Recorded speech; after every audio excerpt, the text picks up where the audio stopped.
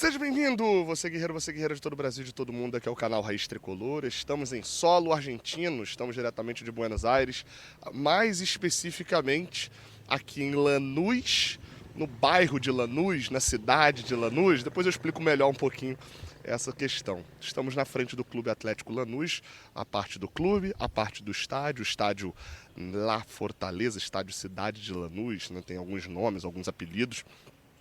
E a gente está aqui mais uma vez fazendo uma super cobertura pelo Jornada Catel 1902, trazendo conteúdo pro Raiz Tricolor.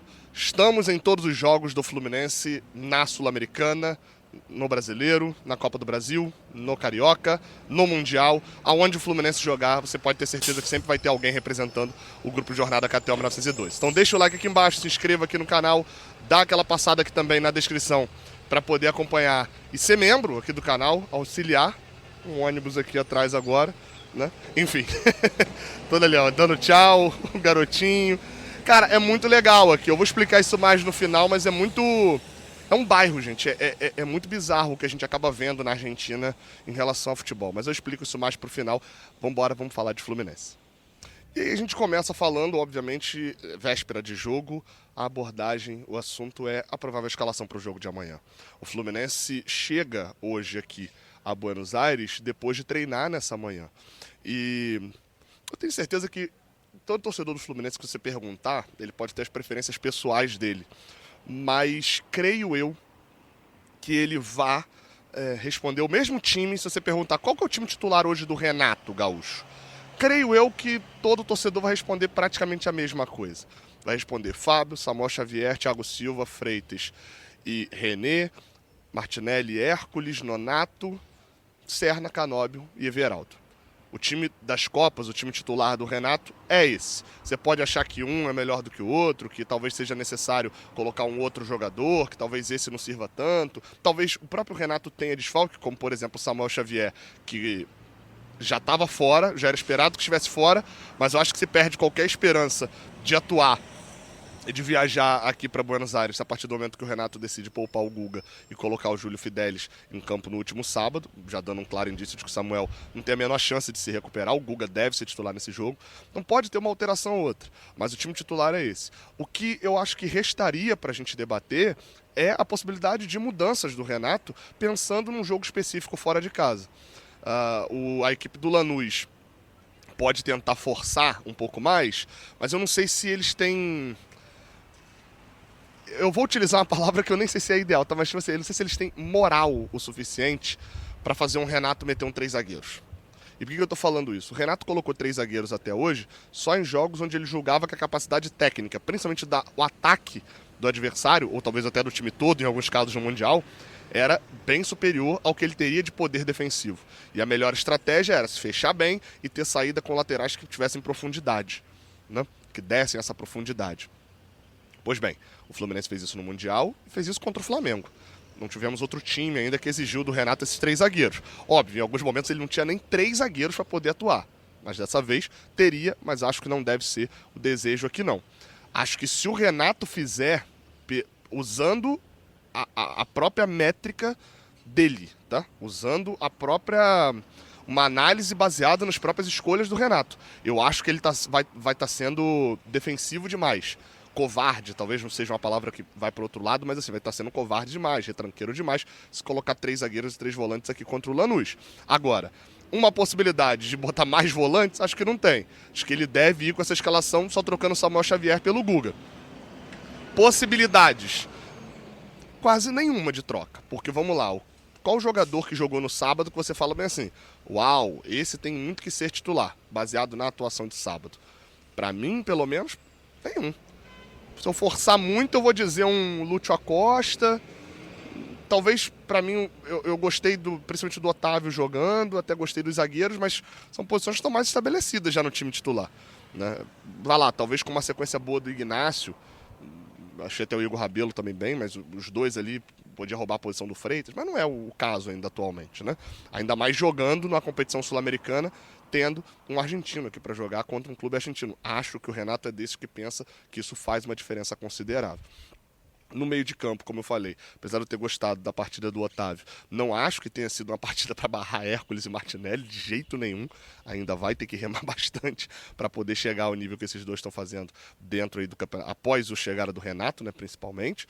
E nas laterais também a mesma coisa. Apesar do Fidelis ter ido muito bem, acho pouco provável que ele bote o Fidelis para jogar no lugar do Guga num jogo desse. Tá? Poderia? Poderia. Para mim, o Fidelis já demonstrou uma solidez a ponto de, se necessário, colocar. Se o Guga for muito mal aqui, eu não descartaria colocar o Fidelis na volta, por exemplo. Acho que tá dando conta, tá sendo seguro, tá parecendo ter muito mais maturidade no profissional do que tem de fato. Pela idade, né? Do que parece ter pela idade. Tá rendendo bem. Do outro lado, o Fuentes, cada vez que o Fuentes joga, o René se torna mais titular. Os últimos meses do Fuentes, principalmente o pós-lesão ali, ainda foram bem abaixo. E acho que tem um pouco a ver também com o time que ele joga sempre com um time muito mais desentrosado, um time que está mais exposto no geral. Mas, enfim, as atuações não têm convencido a ninguém. Então, acho que o time titular aqui, provavelmente, e acho que é o mais indicado mesmo, um time que marca por dentro. Eu vou estudar o Lanús hoje à tarde. O Fluminense é um time que marca bem por dentro. É um time que é bem letal e passa por um Serna e um Canóbio que, dentro da oscilação de jogadores medianos para bons, convenhamos, Serna e Canóbio não são craques, né? Mas dentro da oscilação ali que se tem um jogador normalmente desse tipo, tá sendo ótimo porque quando o Serna voou, o Canóbio não estava tão bem. Agora o Canóbio está voando, o Serna também passa por uma fase onde não está tendo tanto destaque. Então, pelo menos estão se completando e tem para um jogo fora de casa, onde vai ter mais 90 minutos de Maracanã, uma diferença muito grande de marcação. Fisicamente, acabam rendendo bastante. Então, creio que essa será a escalação titular para o jogo aqui em La Fortaleza. Vamos dar uma voltinha aqui? Vamos dar uma voltinha aqui para poder mostrar para vocês como é que é aqui. Acho que vale a contextualização, né? Aqui é o Clube Lanús, o Clube Atlético Lanús. Para lá tem uma escola, também pertence ao Lanús, uma escolinha de futebol. Lanús é uma cidade, tá? Próxima a Buenos Aires. Eu vou jogar para o Brasil, porque eles aqui usam província, eles usam outros termos. Mas em termos brasileiros, seria como se fosse assim. Lanús é tipo uma cidade da região metropolitana de Buenos Aires, um Belfor Roxo, um São João de Meriti, alguma coisa assim. Niterói, ali assim, mas é até bem conurbado, então acho que talvez São João parecesse mais. E aí dentro de Lanús existe o bairro de Lanús, entendeu? Que seria a cidade aqui. Então, que tem, por exemplo, Lomas de Zamora, que é de onde é o Banfield, que é o principal rival deles.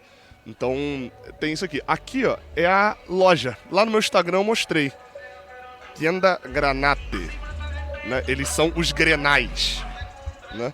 O Banfield, que é rival deles, é verde, ou seja, o Fluminense é muito Lanús, que é verde e granata. Ali o Sandy, aqui é um pouquinho mais velho, talvez vai lembrar, o centroavante histórico, camisa 9 deles. E o Lanús aqui, ó, a estádio deles, estádio, se eu não estou enganado, agora eu posso errar o nome exato, Néstor Pérez, se eu não me engano, mas é conhecido como La Fortaleza, aqui estádio Ciudad de Lanús. É um estádio, cara, muito bizarro, porque assim, gente, a gente está falando de um bairro, tá? Inclusive eles se intitulam desde 2012 o maior clube de bairro do mundo. E aí, eu não vou roubar a piadinha do Phil, não, vou falar que foi ele que disse mesmo. Que agora é o segundo, né? Porque o Botafogo ano passado passou a ser o maior clube de bairro. Mas aqui, cara, é um estádio para 47 mil pessoas, gente. Vocês terem noção, esse estádio no Rio de Janeiro, ele seria o segundo maior estádio da cidade do Rio, pô. Ele é maior que o Engenhão, por exemplo. E é um estádio de bairro aqui. Óbvio que hoje em dia não bota mais 47 mil pessoas, né? O público na final da Libertadores em 2017, por exemplo, foi de 45 mil e pouco. Mas, enfim, aquele pessoal ali, ó, são da escola do Lanús. Você percebe até pela roupa, né? Tem uma escola aqui também. E é tudo muito baseado, o bairro muito baseado também em volta do clube, né? Imagine só, né? É um clube que foi campeão argentino em 2016. Agora eu tô falando dados de cabeça, tá? Foi 2 vezes vice-campeão da Sul-Americana. Aliás, foi uma vez vice-campeão da Sul-Americana, uma vez vice-campeão da Libertadores e uma vez campeão da Sul-Americana. Foi campeão há pouco tempo atrás agora, em 2020. Aliás, foi vice em 2020 e foi campeão em 2013. Perdeu pro Defensa e Justiça, num jogo quase que de clubes de bairro aqui da Argentina. E ganhou da Ponte Preta em 2013. empatou por 1-1 no Moisés, não sei se foi no Moisés do Carelli esse jogo, né? Mas empatou 1-1 em São Paulo e ganhou lá, aqui em Lanús, por 2-0.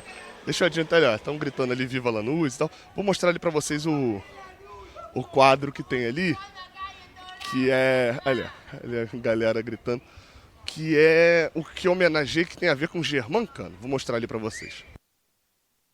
Vou fazer aqui do outro lado da rua mesmo, que tá ruim de atravessar. Mas duas curiosidades, tá? Primeiro, Maradona nasceu aqui em Lanús. Essa é uma das curiosidades daqui. Maradona nasceu, tem um quadro aqui, com quase tudo na Argentina relacionado a futebol, tem homenagem ao Maradona. Mas ele nasceu aqui em Lanús. E outro, é que vocês estão vendo ali, ó, lá 14. É simplesmente a barra deles aqui, né? Remete a um número de alguém? O Germancano, ele é torcedor do Lanús e usa 14 em homenagem a essa torcida. É como se fosse, por exemplo, o Felipe Melo, usando 52 no Fluminense. Só que ele usou isso, prolongou para a vida inteira. Então existe esse contexto. Eu espero muito que o Germancano não comemore um gol contra o Lanús. Estarei feliz se isso acontecer. O estádio dá a volta, eu já consegui mostrar o tamanho aqui, cara. É bem grande mesmo o estádio. Chamou bastante atenção. E acho que consegui pelo menos mostrar um pouquinho aqui para vocês de como é a cidade, o bairro que a gente joga amanhã. Beleza? Tamo junto. Até a próxima. Não esquece daquele like maroto e de se inscrever aqui no Raiz Tricolor. Valeu!